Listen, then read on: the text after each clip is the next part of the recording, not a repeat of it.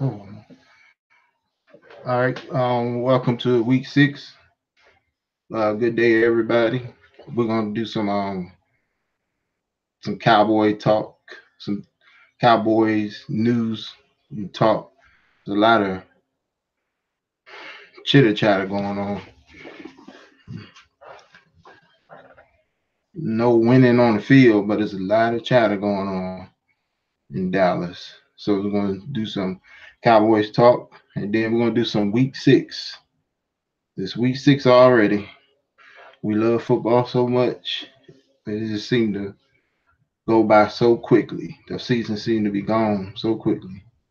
That's why I don't like talking about playoffs and division winners and all that stuff early in the season because the season just started and we looking forward to the playoffs. Well, playoffs mean that the season is over. So, and you know how much we miss football during the off season. So when I'm talking about the Cowboys lately, it's been always easier to start with the defense because I mean they're playing better, they playing well. Um, they played they played their guts out. Well, the whole team played their guts out last Sunday night. The defense played their heart out. Um, came up short. Actually, I mentioned a few days ago that um, I didn't realize on that Sunday night that we had crossed midfield and we had punted that ball from the 42. Then I heard all the controversy and the talking heads and all the other programs were saying Garrett need to go. He need to be fired. He played to lose and everything. And that's when I realized and finally settled down and said, okay, we was in their territory at the 42. Um, somebody kicked the Buffalo kicked the 57-yard field goal outdoors and won the game, and Carolina kicked the 63-yard field goal outdoors to win the game. I mean, I know our kicker is kind of new. They probably wouldn't trust him with a 59-yard field goal. That was certainly an option, or to go for it. But I'm not even gonna make no fuss over that because at the time, probably because I had a few too many, I didn't realize we was crossing midfield. I thought we was punting from our own 42, and I had faith with the defense. The way they was playing, I thought they was gonna get a turnover. I was predicting a defensive touchdown in overtime to win the game because they played so good. They played their heart out. But anyway, defense. It's good to see Malik Collins. Malik Collins he's been practicing this week. So to me, that's a key person on that defensive line. On the other hand, David Irvin. I mean, what's going on? He was eligible to come back in the Houston game. Was he ready? Then he been missing some practice this week. Not football related, but he was missing time. So I mean, what's going on with that? Because Woods and Ross and those guys, they stopping the run, and Crawford, they playing good in that interior line. They stopping the run. So I mean, what is he gonna add to it? Um, who you gonna take away to add him? Is he ready? Is he ready? I mean, that's a good thing that the organization goes above and beyond working with people, um, giving them second chances, third, fourth, fifth, sixth chances, and all that. I mean, that's a good thing. But when is enough? As Cleveland parted ways with Josh Gordon. So I mean, when is enough? When is enough? Dealing with David Irvin. I mean, I don't know. And then to me, him coming back, he is to me, he's would the same way the Cowboys view mm, uh, Tavon Austin on offense. I view um, David Irvin that type of player on defense. He can't hold up as a consistent defensive tackle because we're doing such a good job starting to run, and they will wear him out and run on him.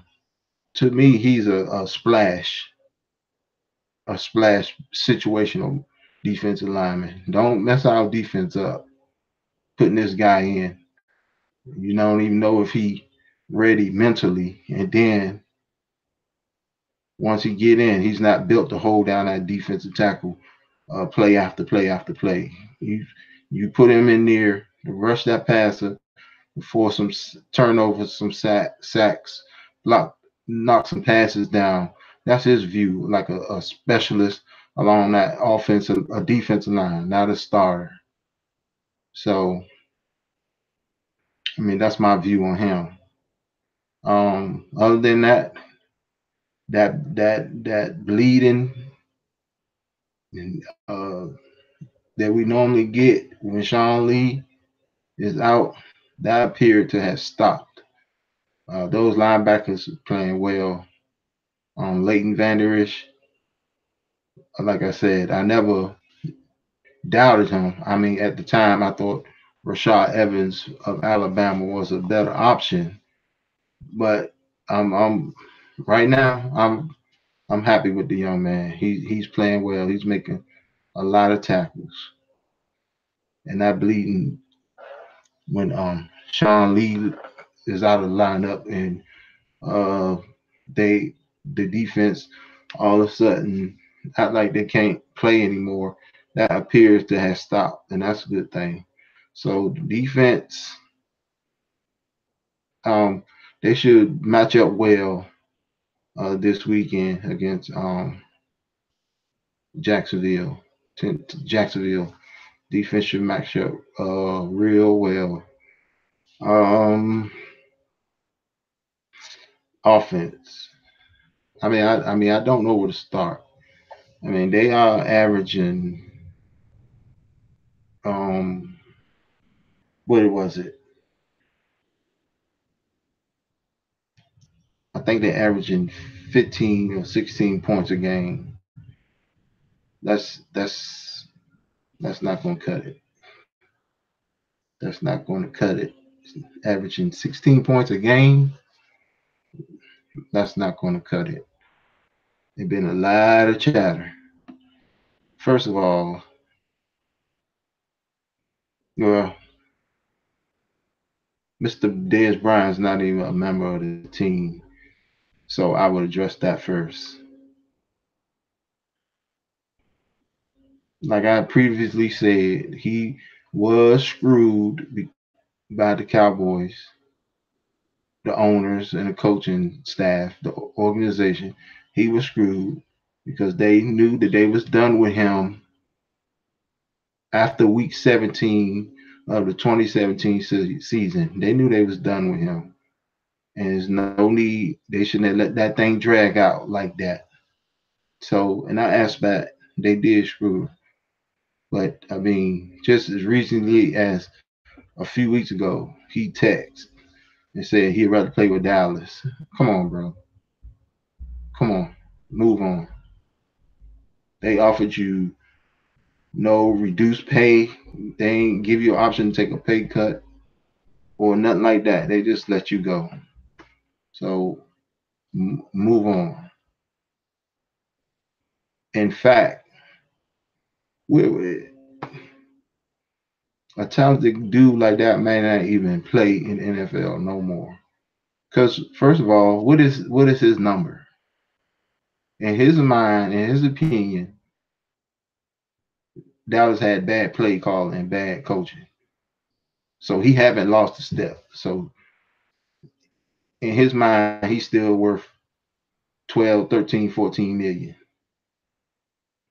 Teams is not offering him no 12, 13, 14 million. We don't know all the teams that contacted Dez. What we do know, the Ravens offered them 7 million a year on a 3-year contract. And I think the Browns, we know about the Ravens and the Browns publicly. And like I said, we don't know of no other teams. And I think the Browns offered him 5. So if he feel that he's still a $14 million player, if the Cowboys, if their system, he'll never play again because no team is not going to offer him that. And I think since he's been gone, see, social media, First Amendment, you can say what you want to say, tweet what you want to say. I get that. Yeah, whatever. But a lot of the things that this young man done said since he been out off the team and didn't have a team since he been let go by the Cowboys. A lot of the things that he done said will make a team not interested in you, will make an owner not want to take a chance on you. Because some of the things that he done said. So I was surprised when I heard the tweet. I thought something was being worked out behind the scenes when he recently mentioned he'd rather go back to the Cowboys or he want to play. I'm paraphrasing. Or he want to play for the Cowboys or he'll go back to the Cowboys. But that's and then Jerry said something. I'm paraphrasing again. We haven't had a number one receiver in several years, so now the beef is on. Just a lot of nonsense. But if another team was really thinking about the big bucks, he got to realize that some of the stuff he done said it was a disqualifier for them. Um, Stuff in the lines of he got his mind right now and he gonna work harder, he gonna play harder. He had some things on his mind that was affecting him. Come on, brother. Don't no organization don't want to hear that. You're a 7, 8 year professional. Should nothing be distracting you. And you shouldn't wear it on your sleeve enough to even admit it. Admit it. So no Dez return to the Cowboys. You probably won't see Dez in the NFL uniform again ever because of he feel like he's up here and teams is offering him this type of money down here. So he's a prideful guy. I don't think he's gonna go down there and play for 7 or 5 million. So he's done. Have another wide receiver spoke up, Allen Hearns, talk about the play calling. Hmm. What's new? So I wonder how he's going to be uh, censured for speaking out. But look,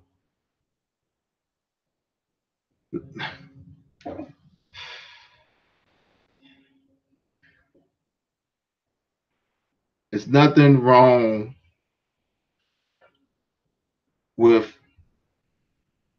the Cowboys play calling. I'm being facetious now. There's nothing wrong with the Cowboys play calling. I mean, to them, there's nothing wrong with it. Y'all got to look and realize one thing. The coach is from the era of the 90s with Eric Williams, Nate Newton, the great Dallas Wall offensive line. So I think I said this before. You got to realize that he's from that era back there. Back then, I don't think the Cowboys had no more than no, definitely no more than 5 plays, running plays. No, definitely no more than 5 or 6 different running plays. But because that line, you knew it was coming. You had to stop it. And most times, Emmett was 3 yards through that line before anybody even touched him. So he's from that era of execution. It didn't matter if they knew the plays back then. It didn't matter if they knew it was coming back then. You still had to stop it. But you wasn't going to load that box because you had Irvin out there.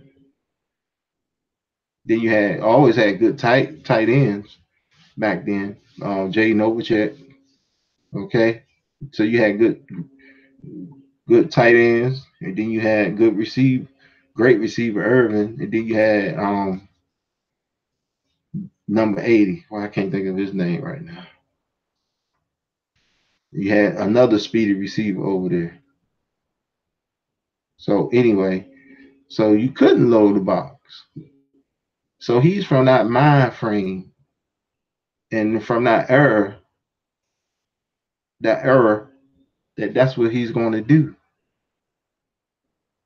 He's not realizing that these days you got to be creative. The best offensive line the Cowboys done had recently was, I would say, 2014 through 2016. Doug Free never got Romo killed from that right side. He never got the proper recognition. He was a good, solid offensive tackle, right tackle. Then you had Martin. Which year did we draft Martin? We had Martin, Fredrickson. Remember we thought we was getting rid of Ron Leary? You thought 871 Collins would take his place? That didn't happen. And you had Leary. And then you had Tyron Smith. I think I mentioned this before. I feel like I'm talking in deja vu. But anyway, that line of Tyron Smith, Ron Leary, Fredericks, Martin, and Free, Alvin Hopper, wide receiver from the 90s. There you go. I know him. It just, you get tongue tied sometimes live doing this stuff. So that offensive line on their best day, even though you got potentially 3 Hall of Famers, they're gonna have to win the Super Bowl. Fredericks, Martin, and Tyron Smith probably didn't make the Hall of Fame. But you got 3 potential Hall of Famers. That line on its best day can compare to those 90s lines. I think I done said this before. So you got this man with this philosophy, don't want to mix it up. Okay. It's not going to work. The coaching style of the Cowboys is not working, and that's why you just keep having this stagnation. Then the quarterback is coached down. The whole field, part of the field, deep middle, if you paid attention, like I keep saying, the deep middle of the field is off limits to him, apparently. So that brand of coaching to the teams from the era that he played on, it's not working. It's not working. You making your running game and your offensive line and your receivers. You're making the whole offense look worse because of the way you call these plays is being called. You're making the whole offense look worse. It's simple math, people. It's simple math. Five can't block eight. Five cannot block eight. Five can't block nine. They know you don't. They know you're not gonna throw to the middle, the deep middle. They know for the most part you're gonna throw about 5 to 7 short underneath. They'll give you that all day.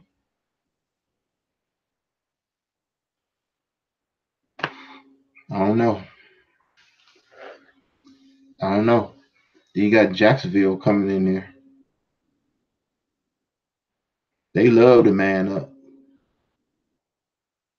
and they don't necessarily need 8 in that box to stack that run, stack up against the run. They get pressure on the quarterback before. I don't see. I don't see no success this week or no other weeks when teams come in there, know what you're going to do, know your tendencies, know what you're going to do. So it's not about execution. People like to say a bad play is a good play if you execute it right. No, no, it's not true. That's not true. It's about execution, but it's also about being creative.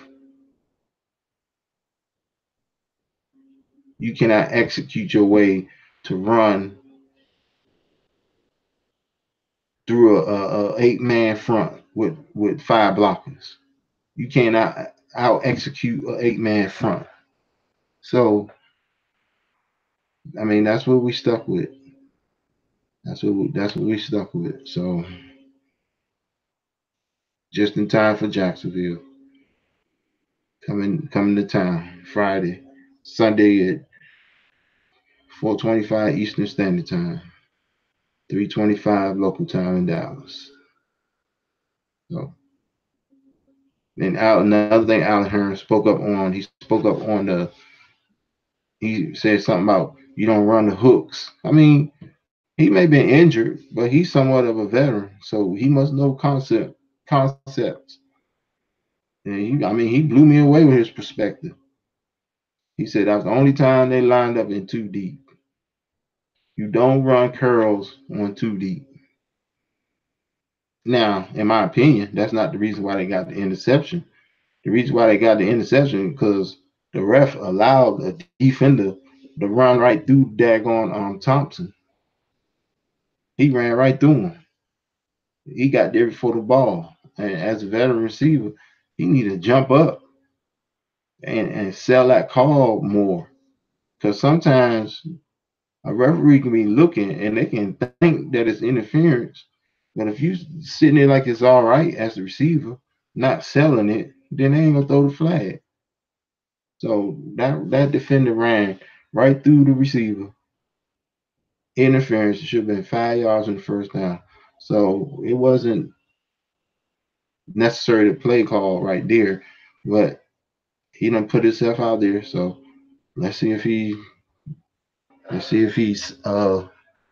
sanctioned for speaking out, maybe inactive or something like that. We'll see. So let's go to these picks for week 6. And of course I deferred on the NFC East game last night. Philly beat the Giants um, 34 to 13. So, so I deferred on that game. So let's go through the picks for um, Week 6. Week 6. Uh,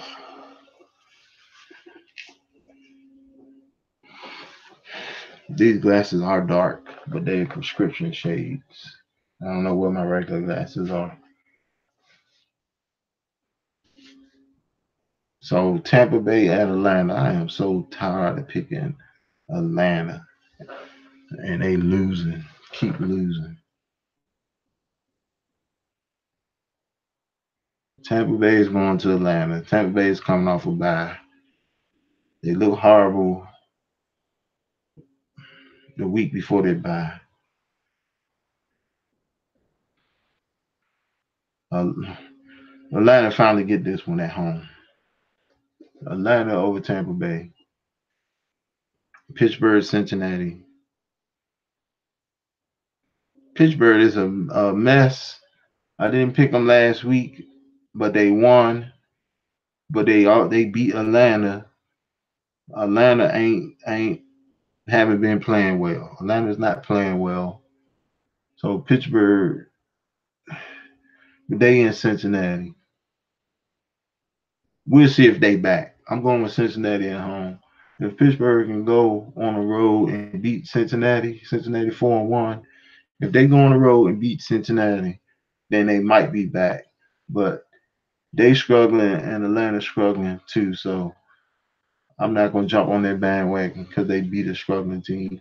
Give me Cincinnati at home over Pittsburgh. Chargers in Cleveland. Don't be surprised. Don't be surprised. I'll go with Cleveland at home against the Chargers. Buffalo at Houston.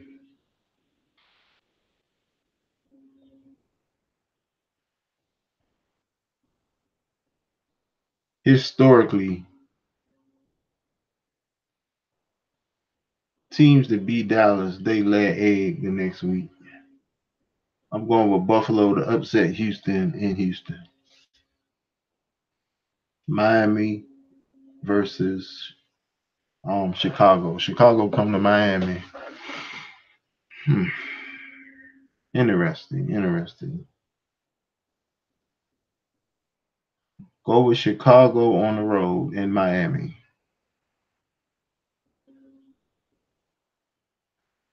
Minnesota at home. They're gonna take care of Arizona.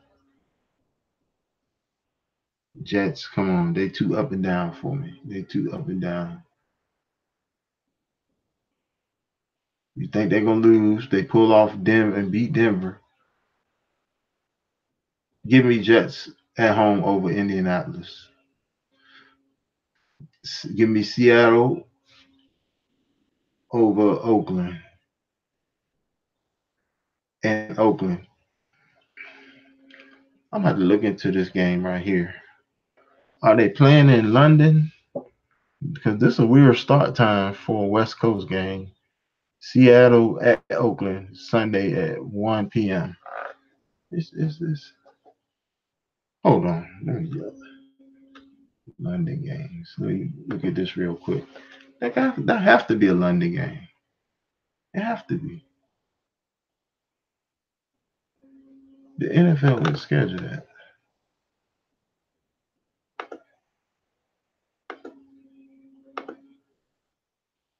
Well, nevertheless,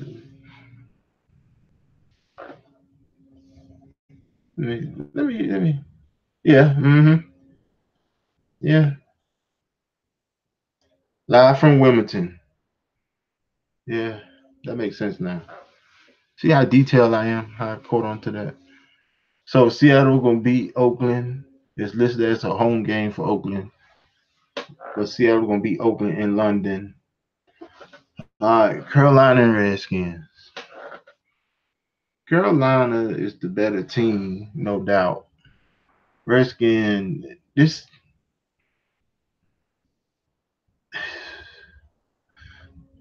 for some reason, this is the type of game that they win. For some reason, this is the type of game they win. Everybody would say Carolina, Carolina, Carolina will beat the Redskins. Well, for some reason, this is the kind of game that they win.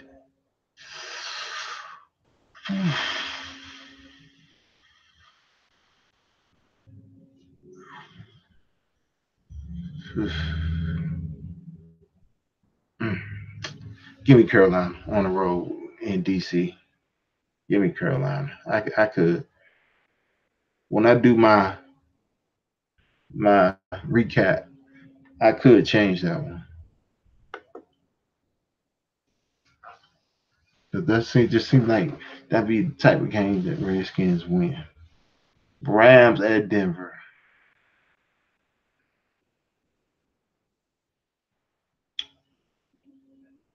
Uh, I'm not impressed with the Rams defense. I mean, they got Aaron Donald, they got Dominican Sue up front.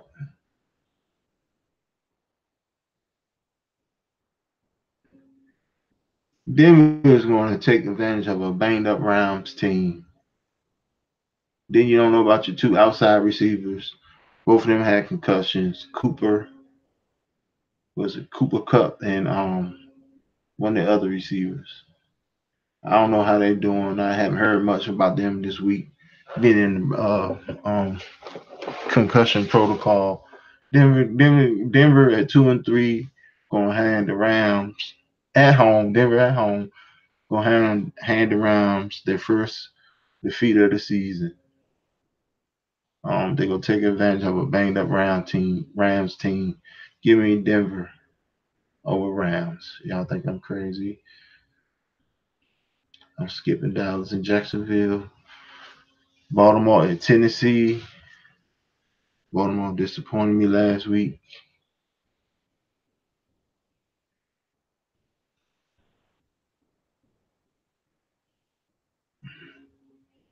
But to me, Cleveland. Baltimore lost to Cleveland on the road. Now they at Tennessee. To me, Cleveland offense is doing better than Tennessee's offense. Cleveland team offense is doing more than Tennessee offense.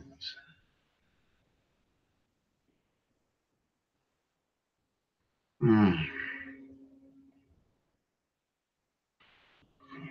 Baltimore at Tennessee. Give me Baltimore on the road. I went with you guys on the road last week. You let me down. Maybe you'll get the victory in Tennessee. All right, Sunday night game. This is Kansas City at New England.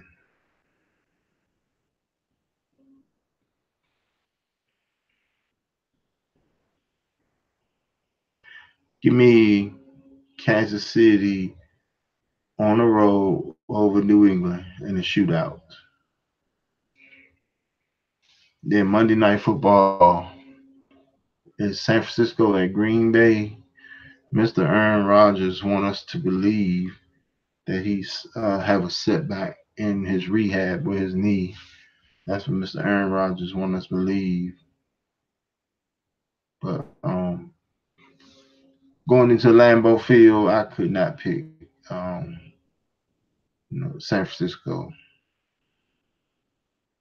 to beat Green Bay in Lambeau Field, despite the injuries and the possible setback of Aaron Rodgers. Give me Green Bay and Lambeau Field. So let's go back to Jacksonville at Dallas on Sunday at 4:25 Eastern Standard Time, 3:25 local time in Dallas.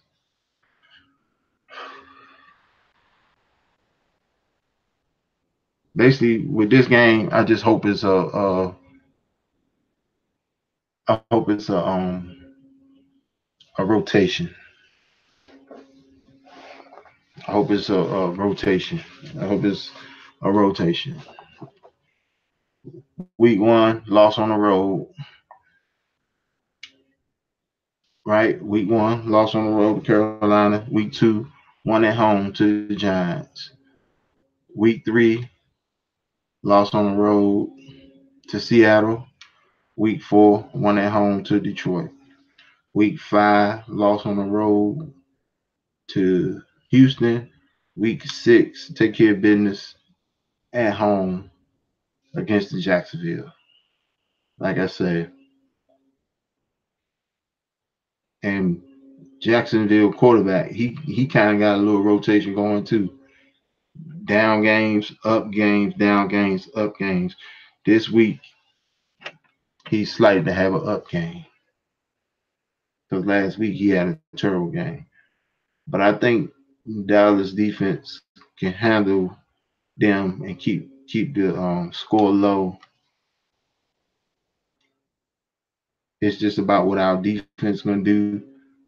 I don't feel good about it, but I'm gonna pick Dallas at home against Jacksonville to get back to 500 and to continue that rotation of um, win loss loss win loss win loss win.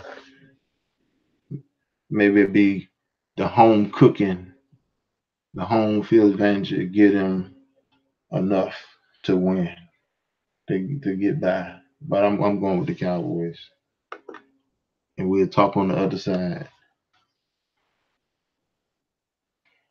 So I'm gonna recap this. Deferred on the Eagles beating the Giants. So I picked Atlanta over Tampa Bay, Cincinnati over Pittsburgh, Cleveland over Los Angeles Chargers. I'm doing it big. Um, Buffalo will upset Houston in Houston. Chicago gonna upset Miami in Miami. Minnesota will beat Arizona. Jets will beat Indianapolis. Seattle gonna beat Oakland in London. I'm sure picking a lot of road teams. Carolina gonna beat Washington. Denver gonna upset the Los Angeles Rams. Dallas is gonna beat Jacksonville. Baltimore gonna beat Tennessee. Kansas City gonna beat New England in the Sunday night game, and then Monday night Green Bay is gonna beat San Francisco. So that's it. There you have it, folks, for the week 6 Cowboys talk and picks, NFL picks. Thank you for joining me. See you next time. If you come by later on and watch it, thank you. Thank you for taking the time to watch. Thank you.